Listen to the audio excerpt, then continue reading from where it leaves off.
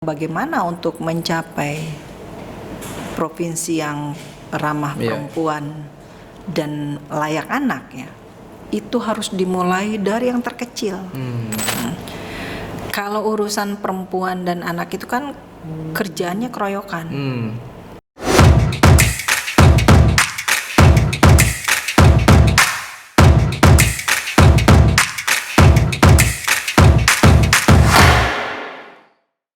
Assalamualaikum warahmatullahi wabarakatuh. Selamat berjumpa kembali Sobat Podcast Radar Banten. Kali ini kita sudah kedatangan Kepala DP3 AAKB Provinsi Banten, Ibu Siti Maani Nina. Kali ini kita akan membahas seputar terkait Banten menuju ramah perempuan, di mana pemerintah pusat pada 2020 lalu sebenarnya sudah mencanangkan terkait desa ramah perempuan dan anak. Nah, bagaimana implementasinya nanti di Provinsi Banten, terutama di tahun 2022? Kita langsung ngobrol saja bersama Kepala DP3 AAKB Provinsi Banten. Bunda, Assalamualaikum. Waalaikumsalam warahmatullahi wabarakatuh. Lama banget kita nggak berjumpa ya. Iya, selama pandemi ya. Iya betul, ada sekitar setengah abad ya. Kita nggak berjumpa. Gimana kabarnya, sehat Bunda? Alhamdulillah sehat. Semoga selalu diberikan kesehatan ini. Walaupun pandemi katanya belum berakhir, tapi tetap Sobat Podcast Radar Banten kita menjalankan prokes. Tadi kita sudah divaksin 3 kali ya Bunda ya? 2. Oh 2 kali. Udah cukup 2. Cukup menjaga prokes kita. Bunda, ngobrolin terkait Banten menuju ramah perempuan. Di Banten sendiri sebenarnya sudah ramah belum sih? Terkait terhadap perempuan. Tapi sebelum itu boleh disapa dulu Sobat Podcast Radar Banten dimanapun yang menyaksikan tayangan ini. Baik. Assalamualaikum warahmatullahi wabarakatuh. Waalaikumsalam warahmatullahi wabarakatuh.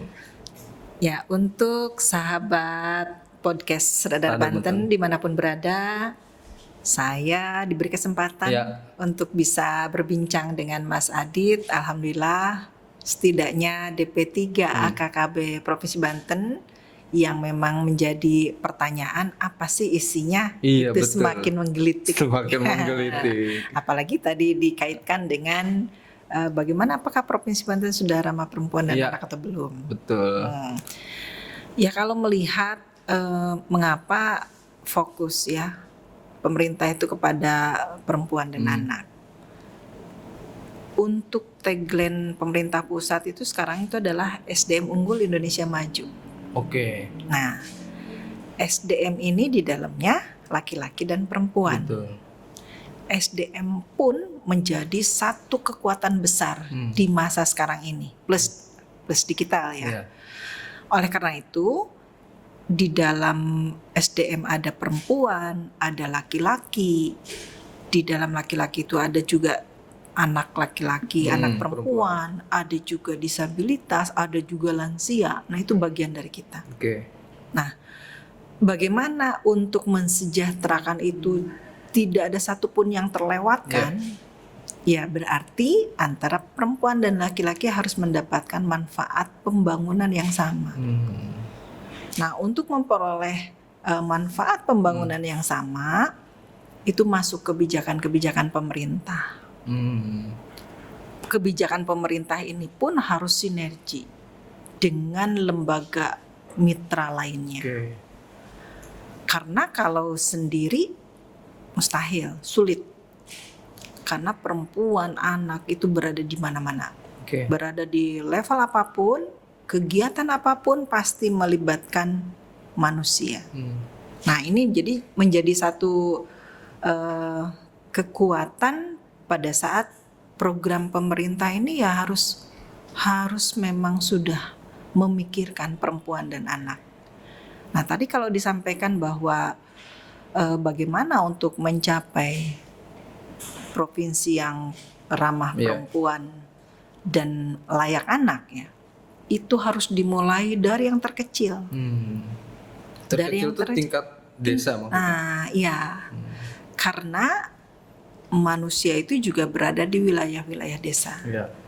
Jadi kalau kita hanya mencanangkan sendiri, baik di pusat atau provinsi, tanpa langsung di wilayah yang dituju paling paling awal dalam hal ini. Di desa itu kan ada di dalamnya ada RT, ada RW, ada kampung dan sebagainya. Nah, itu juga harus sudah berbicara terkait dengan perempuan dan anak.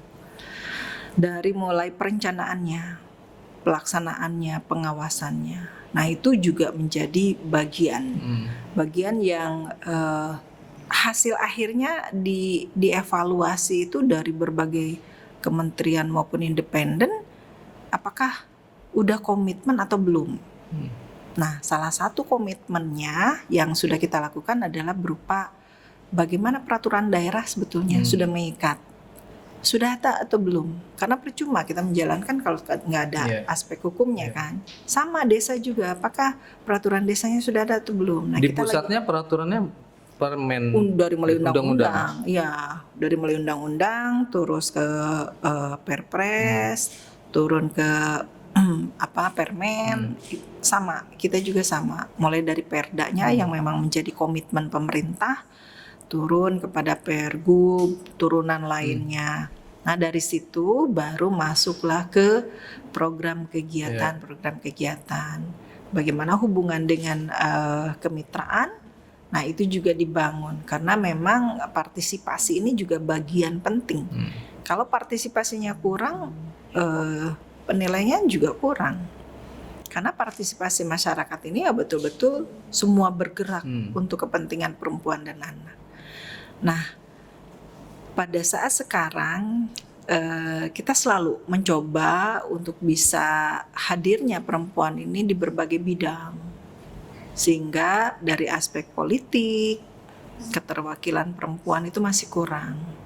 Saya juga kemarin melihat kepala desa perempuan dari sekian banyak ternyata minim. Nah, ini berarti bagian dari program pengarus utamaan gender. Iya, program pengarus utamaan gender. Iya. Nah, karena perempuan ya pasti akan memperjuangkan lagi pemenuhan hak maupun perlindungan perempuan. Dan bagaimana perempuan ini menjadi subjek pembangunan, karena untuk kesejahteraan itu kan harus semua. Tidak ada satupun yang terlewat. Kenapa harus perempuan dilibatkan? Padahal laki-laki sudah cukup bisa berperan ya di semua bidang dan segala macam. Kenapa harus ikut berperan? Ini apakah membuktikan bahwa laki-laki tidak bisa hidup tanpa perempuan begitu atau gimana ini? Jumlah penduduk kita Banten itu 11.728.048 jiwa. Bedanya tipis. Laki-laki itu 5.900 sekian, perempuan itu 5.800. Betapa tipisnya. Jadi kalau perempuan tidak diberdayakan, sayang. Tidak cepat, laju pembangunan tidak cepat. Nah, untuk cepatnya ya ibarat burung, kalau laki-laki sebelah kanan, perempuan sayap kiri, dia terbangnya cepat, ya karena dua-duanya juga cepat. Nah, kondisi sekarang di kita itu masih ada gap, Kayak sekarang nih, dari aspek pendidikan. Apakah semua pendidikan itu sudah dikecam juga oleh perempuan? Apakah yang perempuan itu semuanya sudah pintar baca, tulis dan sebagainya? Apakah perempuan juga masuk ke dalam ketenaga kerjaan? Apakah masuk di perwakilan parlemen dan sebagainya? Nah, itu mengapa perempuan ini harus kita naikkan? Karena masih ada gap antara laki-laki dan perempuan itu, karena peran perempuan tuh ganda ya. Karena gandanya itu ya seringkali ya sudah dinomor duakan. Udahlah kamu cukup untuk di rumah, bisa, yang penting bisa menyajikan apa yang menjadi kebutuhan suami atau keluarga. Nah, ternyata seorang perempuan itu ya harus pintar meskipun dia itu artinya tidak bekerja di kantoran ya. Karena apa? Dia menjadi teladan anak-anaknya. Dia tuh harus punya kreativitas tinggi, inovasinya tinggi. Karena dia yang sehari-hari mengatur di keluarga dan sebagainya. Itu hal yang paling kecil. Nah, pada saat kekuatan keluarga ini menjadi besar, itu menjadi kekuatan negara. Nah, di luar keluarga itu kan peran perempuannya berada di mana saja. Nah itu, jadi pada saat kita lihat, saya berdiskusi dengan teman-teman, coba dilihat dari Pilkades kemarin saja ada berapa sih perempuan. Nah coba dicek, adakah perempuan yang memang mencalonkan tapi tidak jadi, ataukah memang tidak mau untuk mencoba menjadi seorang pemimpin di desanya. Karena tidak ada juga yang calon kepala desa dari perempuan gitu kan, mayoritasnya yang kemarin Pilkades itu ya. Iya, jadi ada beberapa. Kalau misalkan belum, dicek kembali, diidentifikasi. Kenapa? Apakah memang tidak ada, ataukah memang di sana perlu dibentuk mungkin perempuan-perempuan, dalam arti kata sekolah perempuan yang nantinya bisa menunjang dia untuk pede, percaya diri, bisa bersama-sama dengan laki-laki untuk bisa dia meraih satu kursi sebagai kepala desa, itu kan bisa. Berarti dalam artian program ini tuh sebenarnya mendorong bagaimana perempuan mempunyai motivasi tinggi, Bun ya, untuk sama. Misalkan kegiatan di berbagai aspek, mau itu politik, misalkan bergerak di bidang UMKM, misalkan yang penting mereka dapat dorongan motivasi, begitu kan ya? Ya, dan keberpihakan kebijakan daerah kepada perempuan, nah itu dievaluasi. Sudah belum Pemprov melakukan itu? Sudah, karena alhamdulillah sampai saat ini 7 kali berturut-turut mendapatkan anugerah Parahita Eka Praya, dan ini kerja keras bersama untuk bagaimana perempuan dan anak ini ya bisa nyaman meskipun kasus-kasus masih ada, tapi kan itu tetap kita jalankan sesuai dengan SOP-nya masing-masing, dan bahkan kita mencoba untuk terus menggerakkan di masa pandemi ini untuk semuanya ya bisa tertanggulangi dan bahkan dijadikan peluang. Nah ini bagaimana caranya? Berarti ini tidak bisa hanya DP3AKB sendiri, Bun, yang bergerak. Ada semua. Di sini kan Dinas Tenaga Kerja melibatkan berapa sih tenaga kerja perempuan yang terserap di Banten misalkan. Kemudian yang bekerja di luar negeri. Kemudian dari sektor pelaku usaha misalkan melibatkan Dinas Koperasi. Berarti ini multi lintas sektoral ya, Bun? Ya, kemarin itu DP3KKB itu bertindak sebagai koordinator. Karena harus semua OPD itu anggaran sudah berbasis gender. Kalau sudah berbasis gender, maka semuanya ya itu tadi, tidak ada yang tertinggal satupun, semuanya sudah sejahtera, laki-laki dan perempuan ini sudah sama, dan itu akan mempercepat dalam proses pembangunan itu untuk ya perempuan menjadi subjeknya, bukan hanya menjadi objek gitu. Perlu nggak sih ada sekolah khusus perempuan?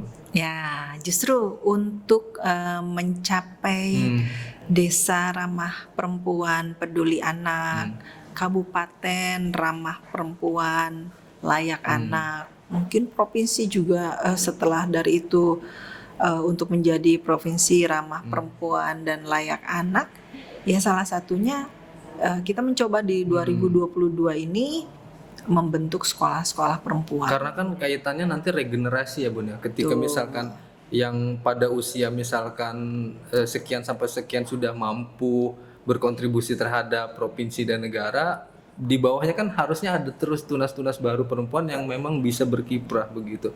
Nah, ini sudah akan digagas atau memang dalam rancangan atau seperti apa di 2022 tentunya nanti?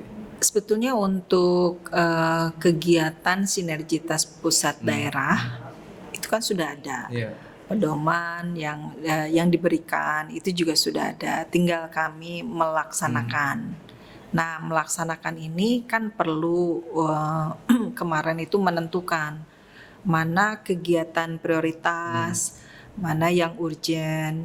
Nah, untuk 2022 kami akan melakukan untuk bagaimana perempuan ini dipintarkan ya melalui sekolah-sekolah. Sekolah tuh dalam arti kata di sini fleksibel.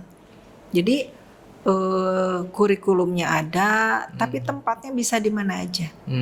Di desa misalkan boleh, Dan dia mungkin dalam seminggu berapa kali untuk sekolahnya, sehingga sampai akhirnya dia betul-betul mendapatkan sertifikatnya, dia lulus. Nah, itu menjadi kebanggaan tersendiri, dan memang hasil dari sekolah itu nanti akan bermanfaat. Semacam sekolah terbuka lah gitu ya, bisa di mana saja. Ya, informal ya. Tapi tentunya mendapat legalisasi dari pemerintah. Ya, kayak sekarang gini, untuk stunting itu kalau kita melihat di lapangan, itu tidak hanya semata-mata memang ada sebagian yang karena gizi. Ya. Tapi juga ada sebagian mungkin yang dia salah pola asuhnya atau lingkungan yang tidak mendukung, sehingga pada saat melihat bahwa sebuah keluarga dalam hal ini memiliki anak stunting aja ya, dia kan mulai dari pola asuh, dari cara bagaimana memberikan gizi yang baik, ASI eksklusif. Nah, itu yang khususnya yang diberikan ilmu-ilmu yang betul-betul untuk membangun ketahanan keluarga yang lebih baik. Karena tidak mungkin kalau melihat posturnya cantik, kekinian, bawa handphone, tapi anaknya misalkan stunting, itu dari mana? Nah, untuk stunting itu sendiri kan banyak yang harus disiapkan. Stunting itu berarti berkaitan dengan anak. Nah, karena kaitan dengan anak berarti sebelum membuat anak itu kan ada proses pernikahan. Betul. Nah, bagaimana proses pernikahan ini juga menjadi penting. Umur menentukan berarti. Iya, umur pernikahan kita 19 tahun. Dan sekarang kalau misalkan masih ada di bawah itu, ya stop perkawinan anak. Nah, ini barangkali yang selain keterampilan, selain wawasan yang diperluas, yaitu ada bagian-bagian yang memang sisi perempuan untuk bagaimana anaknya tumbuh kembang dengan baik, bagaimana dia juga porsinya seperti apa, yaitu diberikan nanti di sekolah-sekolahnya. Oke, Bun, terakhir pertanyaan lainnya, bagaimana program ini bisa berhasil ke depan dengan melibatkan kabupaten kota? Pasti tidak bisa sendiri ya menyukseskan program ini. Sementara kabupaten kota pun pasti mempunyai ingin berperan bagaimana penduduk mereka, perempuan dan anaknya juga secara kesetaraan gender bisa dioptimalkan. Koordinasinya seperti apa? Sinergi antara pemerintah provinsi dan kabupaten kota. Kalau urusan perempuan dan anak itu kan kerjanya keroyokan, konkuren. Jadi sudah diatur di Undang-Undang 23 2014 itu ada kewenangan pemerintah pusat, ada kewenangan provinsi, ada kewenangan kabupaten kota. Nah, skupnya provinsi menjadi pembina untuk kabupaten kota, pengawas, supervisi. Nah, kabupaten kota juga punya kewenangan. Nah, kewenangan kabupaten kota nanti juga ada desa. Nah, ini tuh sama. Kalau sudah tertuang di RPJMN, itu masuk di RPJMD provinsi, masuk juga di RPJMD kabupaten kota. Jadi satu tegak lurus, benang merahnya sama. Nah, untuk menentukan bagaimana sebuah kabupaten kota itu menjadi ramah perempuan dan layak anak, harus dari tataran desa dulu. Jadi dia tidak akan mendapatkan predikat itu kalau kecamatannya tidak ramah anak, layak ramah perempuan dan layak anak. Ya dia juga harus juga desanya juga keluarganya. Jadi tetap nah berbagi itu yang satu sama lain saling mendorong. Jadi kalau ada indikator yang jadi target sasaran, contoh misalkan untuk indikator anak, apakah anak itu sudah memiliki akte kelahiran misalkan, apakah anak itu sekolah atau tidak, apakah misalkan anak itu dari aspek kesehatan dia sehat atau tidak, atau gizi buruk dan sebagainya, itu kan dipantau. Perempuan juga sama. Ada pemberdayaan perempuan di sana. Bagaimana perempuan di politik, bagaimana perempuan mengambil kebijakan, bagaimana daya beli didukung juga oleh perempuan. Dari IPM-nya, aspek pendidikannya juga sama. Nah, mana yang menjadi evaluator? Nah, ini akan dilihat dan termasuk bukti-buktinya. Jadi kalau dinyatakan sudah nanti ramah perempuan dan layak anak itu, apakah betul sudah dilaksanakan sampai tingkatan desa? Makanya kita jadi bersama-sama, berbarengan dengan kabupaten kota bahkan pusat. Jadi kalau kita misalkan ada tempat-tempat sebagai pilot project yang diberikan oleh pemerintah pusat, nah kita lanjutkan. Kayak terkait dengan kekerasan saja. Misalkan harus dibentuk perlindungan terpadu berbasis masyarakat. Nah, itu juga kan itu semacam satgas. Ya, semacam artinya ketika ada laporan kasus-kasus seperti itu, masuknya ke situ dan pengawasannya di situ. Ya, itu sebagai gercepnya. Jadi semua yang berbasis masyarakat itu sekarang kita dorong. Kita dorong karena kalau sudah berbasis masyarakat dia melaksanakan sendiri tanpa memang kewajiban bahwa kita harus menyiapkan anggaran dan sebagainya. Tapi yang penting adalah tujuannya sama, sasarannya sama, visi yang dibentuknya juga sama. Sehingga tercapai semuanya. Baik, itu tadi terkait Banten menuju ramah perempuan. Semoga apa yang dicanangkan pemerintah pusat kemudian dapat terwujud oleh pemerintah Provinsi Banten dan dapat bersinergi dengan pemerintah kabupaten kota. Semoga program ini Bunda bisa optimal, semua kabupaten kota daerah di Provinsi Banten mampu menjadi wilayah yang ramah terhadap perempuan dan anak. Demikian kebersamaan kita bersama Kepala DP3 AKB Provinsi Banten. Sampai ketemu di lain kesempatan. Tapi jangan lupa saksikan tayangan ini di Radar Banten Official di channel YouTube kita. Kemudian dapat didengarkan juga di aplikasi Spotify. Terima kasih. Saya Aditya Ramadan mohon pamit bersama Ibu Siti Mahani Nina. Assalamualaikum warahmatullahi wabarakatuh.